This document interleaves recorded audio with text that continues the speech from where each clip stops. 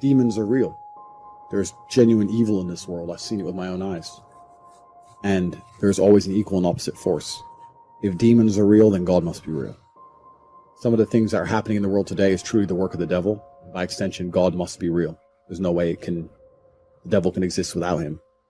And if you want to argue whether the devil exists or not, then you're not taking a very close enough look at the world. The people who are defending the Matrix and trying to purport its ideas, these people are genuinely, truly evil in their hearts.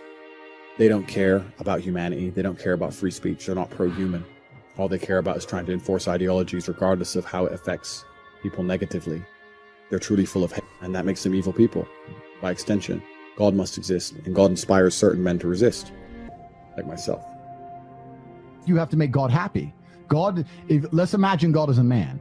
If I'm a man and I have 10 people who work for me or 10 children, my favorite one is to be the one who does the things that I know or who acts in a way that I am happy with, right? So if I had 10 children and they're all acting different ways, my favorite one's to be the one that adheres to the rules and adheres to the tenets that I've set out. If I say you should act this way and you do act that way, then he's going to be my favorite child.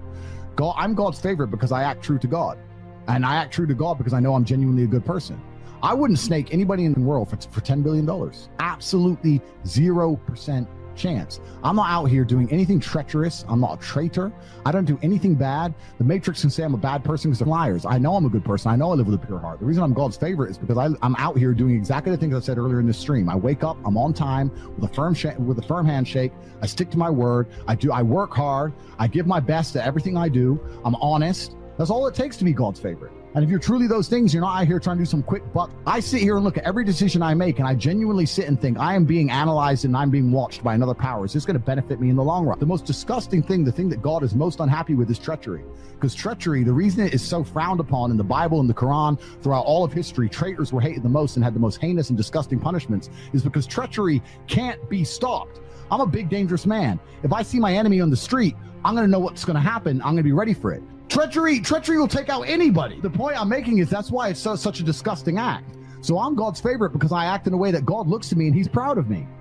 God looks at me and goes, I made men to be X, and Andrew's doing what he's supposed to do. Andrew's trying to become the strongest, richest, most important, most competent version of himself. He's trying to educate and inspire other men to do the exact same thing. I like Andrew. I'm lucky. God loves me. You're God's favorite because you decide to be. You have to show him that you're out here doing the things you're supposed to do.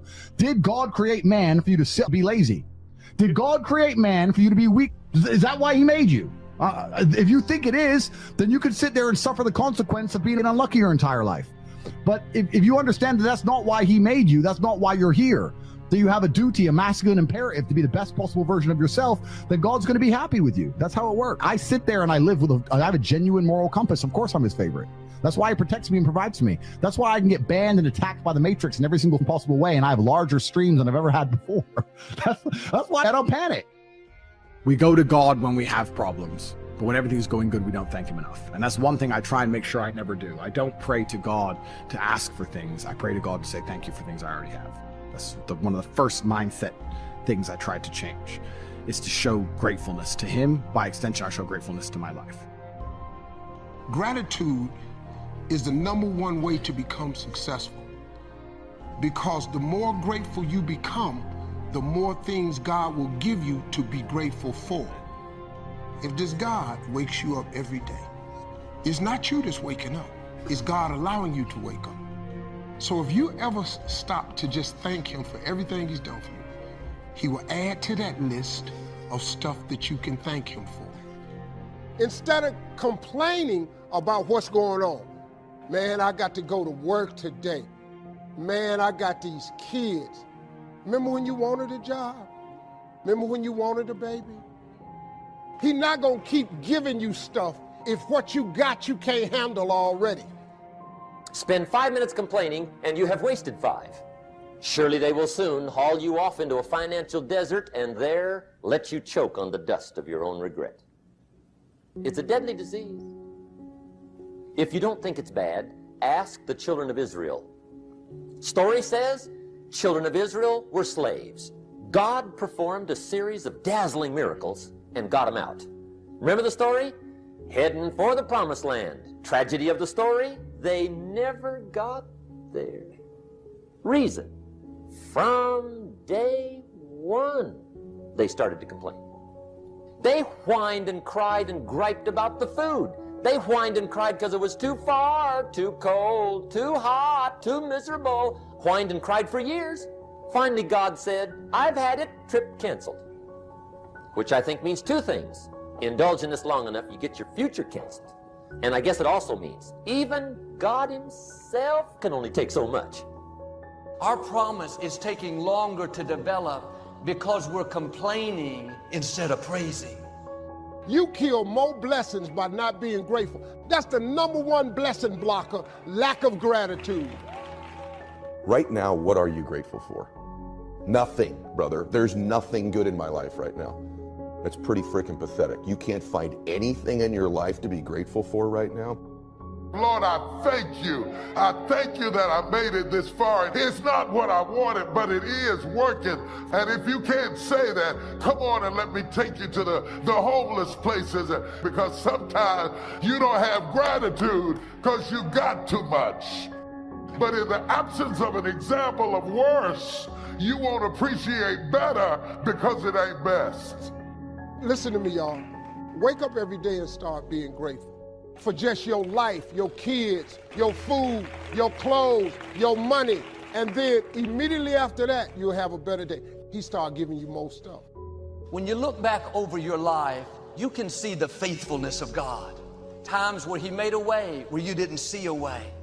You didn't get to where you are by yourself.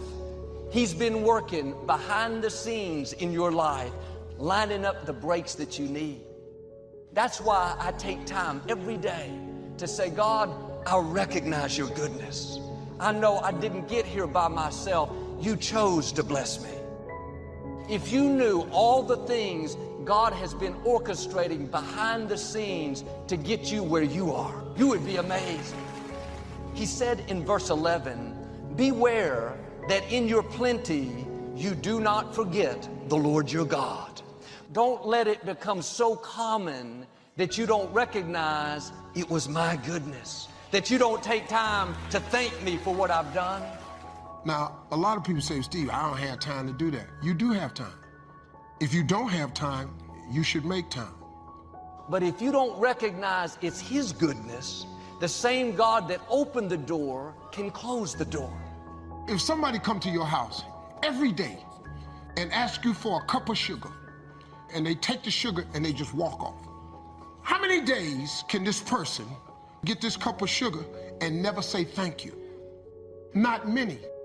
Have you forgotten what God has done? That's what causes blessings not to last. He's the reason your company chose you over somebody else. He's the reason your health turned around. Don't take it for granted. It wasn't a lucky break. That was the goodness of God. Take time to acknowledge his goodness. Not only are you thanking him, but you're reminding yourself, I didn't get here by myself. God opposes the proud, but gives favor to the humble. Gratitude changes your perception. Your perception changes your existence. If you're going to continue to go further, you have to remember it is the Lord your God that got you to where you are, and it is God that's going to keep you going. Gratitude is the #1 principle of success. You can start that today. That will change your life. Try it. I dare you. The scripture says, don't despise the day of small beginnings. Don't get discouraged because where you are is much smaller than what's in your heart. It's easy to think, well, Joel, when I see some growth, then I'll give it my all. No, you have to give it your all right where you are. Stay faithful. Your time is coming. There's this thing people think that, like, I'll be happy when. Once I get like this amazing home, or once I get this or an amount of money, then I'll allow myself some happiness. The problem is the finish line always moves. And so for me, I want to live in a state of being grateful and blissful now, not waiting for some future place or date that may never arise. You must live in a spirit of gratitude. Choose to be happy in spite of life's challenges. Viktor Frankl, he said the last of the human freedoms to choose one's attitude in any given set of circumstances to choose one's own way. Living in the moment, getting everything we can out of where we are in the moment where we are right now.